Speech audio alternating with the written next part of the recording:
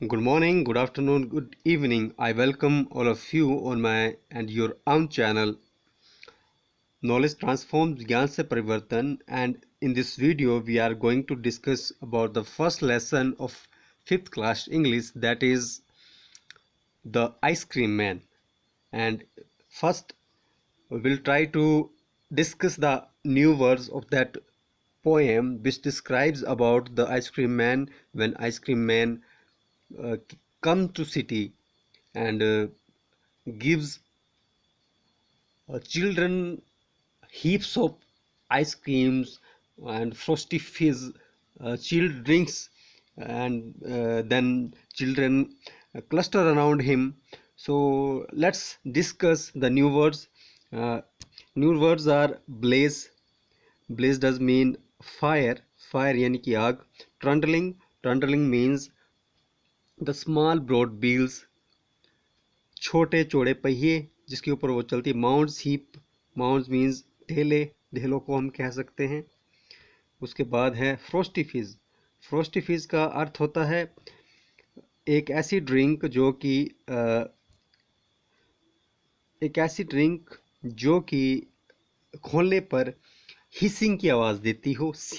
Drink sounds like hissing and bubbling.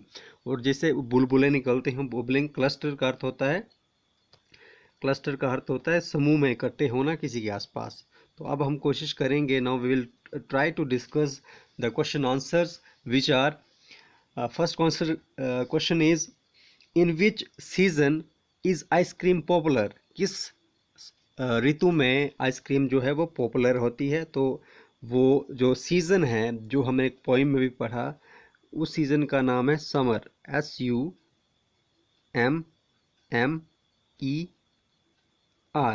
तो उस season का नाम है समर. समन यानी कि गर्मियाँ. अब अगर हम इस क्वेश्चन का आंसर हम लिखना चाहें तो किस तरह से लिख सकते हैं कि in which season is the icecream popular. किस ऋतु में आइसक्रीम जो है लोकप्रिय होती हैं. तो हम यहाँ से शुरू कर सकते हैं. आइसक्रीम आइसक्रीम हम यहाँ बीच में इज लगा सकते हैं. Ice cream is popular. Ice cream is popular. Ice cream is popular. और इस क्वेश्चन मार्क को हटाकर हम इन के बाद इन जो भी सीज़न है यानी कि समर सीज़न, तो उसको हम लिख सकते हैं समर. तो ये इतनी आसानी से हमारा जो क्वेश्चन है वो बन जाता है कि हमने यहाँ से क्वेश्चन शुरू किया आइसक्रीम. उसके बाद हमने बीच में ये इज लगाया यहाँ पे,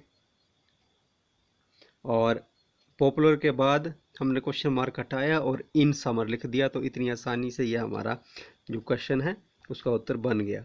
दूसरा क्वेश्चन का उत्तर भी हम इस प्रकार से करेंगे कि who feels joyful on seeing the ice cream. किसको आनंद आता है आइसक्रीम मैन को देखने, आइसक्रीम वाले आदमी को देखने के बाद. तो निश्चित तौर पे चिल्ड्रन. तो हमने कुछ नहीं करना है. हु जो है उसको हटा देना है और इसकी जगह हमें चिल्ड्रन लिख देना है सिंपली. चिल्ड्रन की जो स्पेलिंग है CHILDREN. चिल्ड्रन की स्पेलिंग जो है CHILDREN. चिल्ड्रन.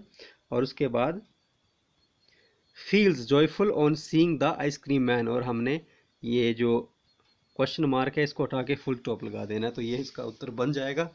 देखिए कितनी आसानी से हम उत्तर निकाल पा रहे हैं. अब आगे बढ़ते हैं. तो आगे जो है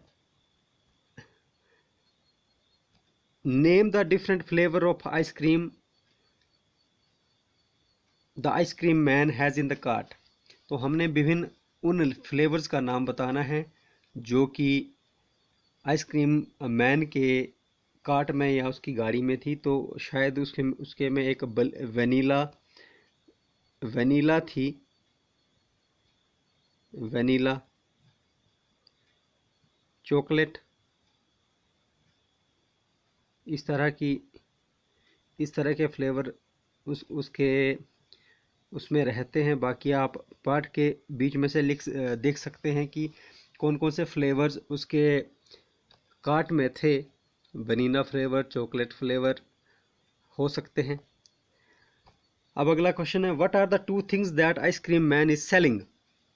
आइसक्रीम मैन जो बेच रहा था वो दो चीज़ें क्या थी। तो हमने फिर से व्हाट हटा देना है और व्हाट की जगह पे हमने एक तो लिख देना है आइसक्रीम, आइसक्रीम, और दूसरा लिखना है फ्रोस्टी फिज, फ्रोस्टी फिज। तो ये दो चीज़ें जो थी वो बेच रहा था, आइसक्रीम और फ्रोस्टी फिज। बट को हटा के ice cream, frosty fizz are the two things that the ice cream man is selling.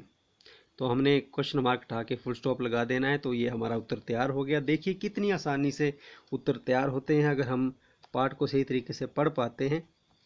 आगे अगला जो क्वेश्चन है वो है, what is the ice cream cart compare to in the poem. तो आइसक्रीम का जो कार्ट है, जो वो गाड़ी है, वो किससे, उसकी तुलना किससे की गई है। कंपेयर मीन्स तुलना करना। तो उसकी तुलना की गई है एक फ्लावर बेड से। किससे? फ्लावर बेड, यानी कि फूलों का जो गुलदस्ता होता है या फूलों का जो बिस्तर होता है उससे की गई है फ्लावर बेड, फ्लावर बेड। और स्वीट पीस, मीठे मटर से। सो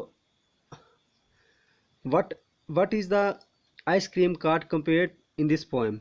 तो हमने फिर से बट हटा देना है, बट हटा देना है। और ये जो दो चीज़ें हमने लिखी हैं, फ्लावर बेड और स्वीट पीस, इसको बट की जगह पे लिख देना है। अगर हम एक एक चीज़ लिखेंगे तो आपने इज लगाना है,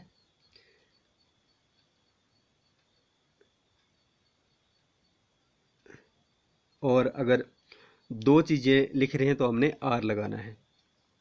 तो देखिए अब फिर से देखिए इस क्वेश्चन को किस तरह से हल करना है कि what is the ice cream cart compare to the poem in poem. अगर आइसक्रीम का जो कार्ट है वो किससे कंपेयर किया गया है, तो आइसक्रीम का जो कार्ट है वो इन फ्लावर बेड और स्वीट पीस से कंपेयर किया गया है।